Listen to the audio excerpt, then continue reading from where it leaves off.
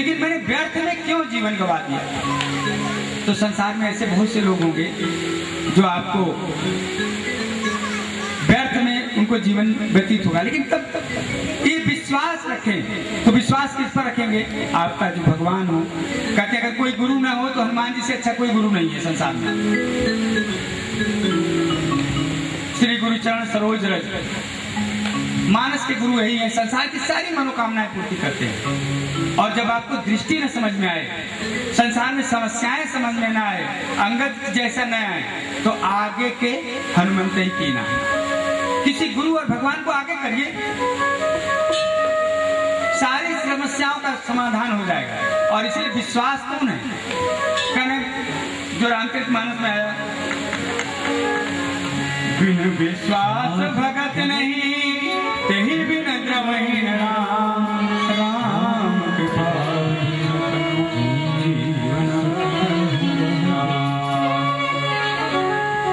श्रद्धा विश्वास विपुणों। शंकर जी विश्वास के प्रतीक हैं और इसीलिए भोले बाबा को भंडारी कहा जाता है। राम भक्ति करते हैं, उनकी कृपाचार हनुमान जी के रूप में अवतार में, राम द्वारे तुम रखवारे, या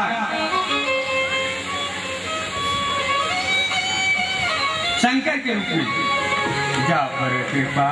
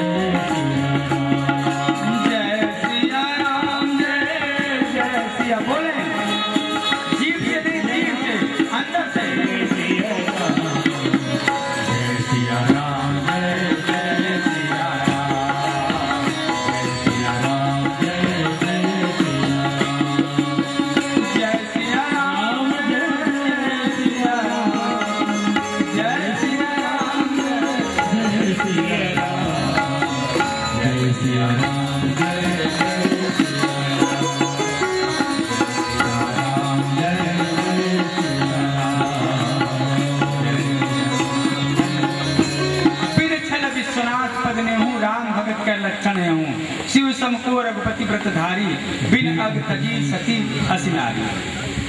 शंकर जी जैसा राम जी का कौन भक्त होगा? इसलिए भोले भंडारी हैं। और जितनी सेवा हनुमान के रूप में राम जी की कौन कर सकता है साथ। तो जब संसार में हमें समस्याएं आए तो हमें विश्वास रखना है। पहला अपने मन को, चंचलता को उठा लो सीधे विश्वास के शिखर पर। अब देखें आगे का प्रसंग आता है कि विश्वास तो आगे बढ़ा, और जैसे ही बंदर भालू आगे देखते हैं कि तो उनको लगता है कि समुद्र के किनारे सामने 7 योजन 400 कोस का समुद्र लहरा रहा है। अब उनको लगता है कि वो तो कह रहे थे पहियों सीतों जन पछताऊं, ये वो कह रहे थे कि अब जैसे कोई गुरु आपको कहे आप आगे बढ़ जाओ, आपकी समस्या समाधान हो जाए। आगे देखो तो अरे फिर समस्या जैसी की तैसी। ये तो कहते सीता जी मिलेंगी, यहाँ तो 400 कोस, फिर पानी, और भी खारा पानी, फिर भूखों प्यास मरेंगे, रेत ही रेत। और उसके बाद फिर बंदर भालू जैसे देखते हैं परेशान हो जाते हैं। तो उसी समय उनको संपाति दिखाई देता है। ये सभी कहते हैं कि अब तो मरे बिना जो मरेंगे नहीं, हमारा प्राण चले ही जाएंगे। संपाति गिद्ध रहता है, कहता अरे बड़े दिन बाद भगवान ने आहार दिया, अब इतने लोग को मैं खाने को मिलेगा। बहुत से लोग कहते क्या संपाति का जिंदा खाने के लिए सोच रहा था, वो इंतजार कर रहा था। गिद्ध कोई जिंदा नहीं खाते, ये जानता था। गिद्धराज जटायु की जब कथा सुनाते हैं तो संपाति कहता अरे भाई बताओ कौन कहाँ पर, डरो नहीं, सबको आश्वासन देता, अपनी कथा बताता है कि मैं और जब जटायु बचपन में थे तो एक बार सूर्य को पकड़ने के लिए हम लोगों का प्रतियोगिता हुआ। तो जटायु तो जब तेज धूप लगा तो नीचे चला आया, जान बचाई। तो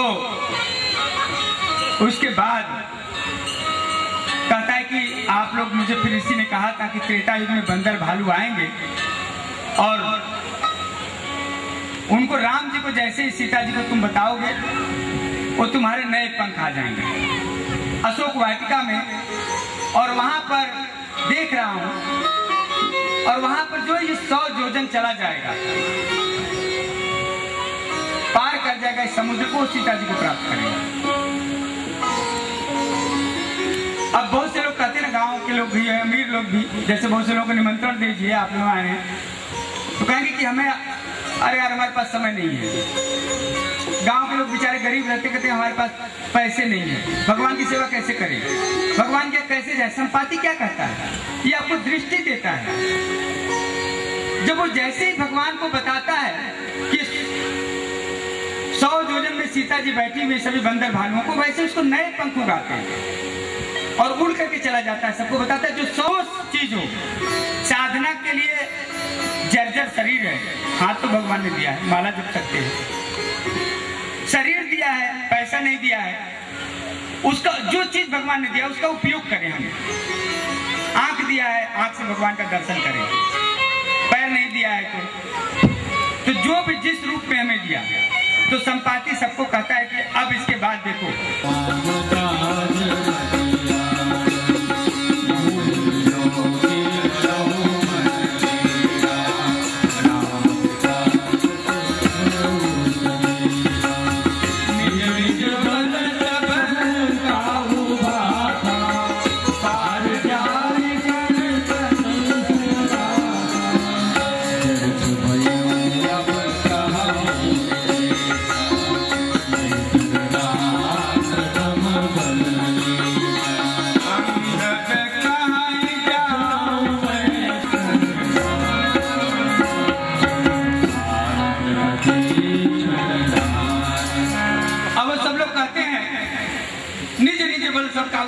चमत्कार संसार में आप लोग देखते हैं हम लोग कि भगवान सबका काम करते हैं, भक्तों का काम करते हैं, लेकिन विश्वास नहीं होता, फिर अपने बल पर आ जाता है। भगवान के बल पर माने ना, निज निज बल सब काहू भाका पार जाई कर संशय रखा। देख रहे हैं कि ये गिद्ध जो बूढ़ा पड़ा था, जिसको पंख नहीं थे, केवल भगवान का काम थोड़ा सा कर दिया, केवल बंदर भालू को बता दिया और उसको नए पंख जम गए, उड़ करके फड़फड़ा के चल गया। लेकिन उसके बाद भी सारे बंदर भालू करे कोई नहीं जा पाएगा। अंगद जी करे मैं जाऊंगा लेकिन वापस नहीं आ पाऊंगा। हनुमान उनको कहते हैं कि भाई तुम दल लाए हो, तुमको हम नहीं भेजेंगे। जामुन जी, और जामुन जी कहते हैं यार मैं तो बूढ़ा हो गया, अब पहले जैसा बल नहीं रहा। नहीं तो कथा आती है कि जब जिसमें भगवान ने बलि को जब बांधा था ना, 3 पग में जमीन जब वामन अवतार हुआ था, मांगा था, तो उस समय मैं जितने उन्होंने 1-2 घड़ी में मैंने पूरी पृथ्वी के साथ चक्कर लगाए थे, सब चुप हो गए, अब जाए तो कौन कौन। हनुमान जी हमारे चुपचाप बैठे हुए हैं, बजरंगबली महाराज किनारे बैठे हुए हैं, कुछ नहीं बोल रहे हैं। ये नहीं करेंगे हमें कुछ भी, हमने बल की व्याख्या करें ना कुछ करें, चुपचाप बैठे हुए। भूले, इनको कहा जाता है कि इनको बल भूलने का श्राप भी था। अब इसके बाद प्रसंग आता है,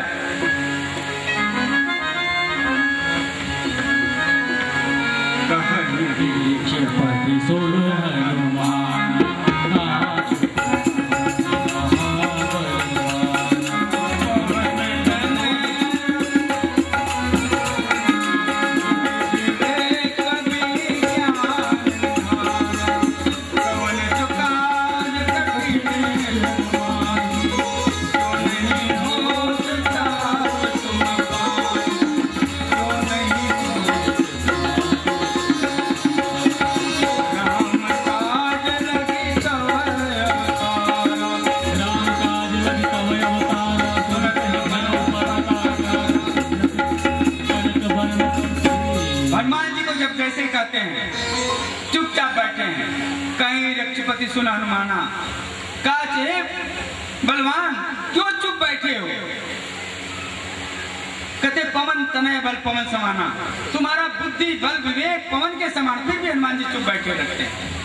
कहीं संसार में कौन सा कार्य है जो तुम नहीं कर सकते हो? फिर भी हनुमान जी हमारे चुप बैठे हुए हैं। लेकिन जैसे ही करते हैं राम काज लगिता अवतारा सुनतु भयो पर्वतकारा। जो ये यहाँ का स्वरूप है। बोले हनुमान जी की सिंहनाद कर बार हिमारा लील सुलाभ कनक वरण तन तेज विराजा मानो अपन गिर कर राजा सिंहनाद कर बार हिमारा लीलो रावण ने मारे यानो यहाँ राम मंत्र में राजा मानो पर संग साय रावण ने मारे यानो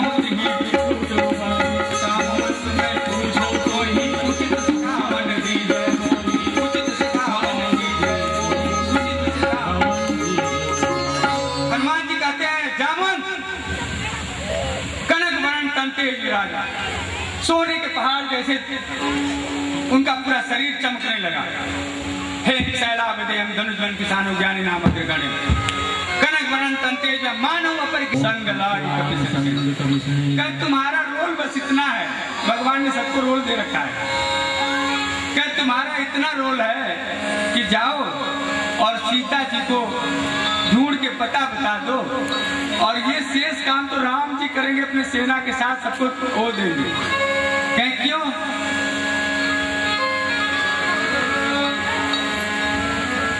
इसलिए कपिसेन संग संहार राम सीता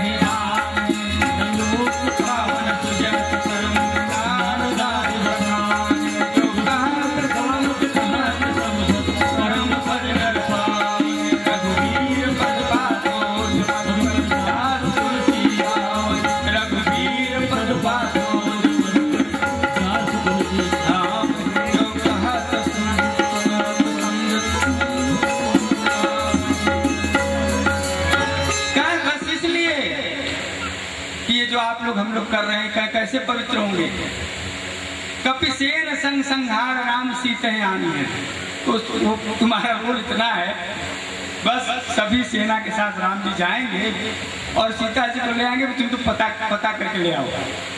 फिर ये जो है जो कहत सुनत गावत समझत हम जो कहने वाले हैं जो हम लोग गाने वाले हैं आप लोग भी साथ में गा रहे हैं जो सुनने वाले हैं जो समझने वाले हैं क्या उनके लिए शेष काम राम जी करेंगे कि इस कथा को जब कहेंगे सुनेंगे गाएंगे तो संसार का सर्वोच्च पद परम पद पाएंगे।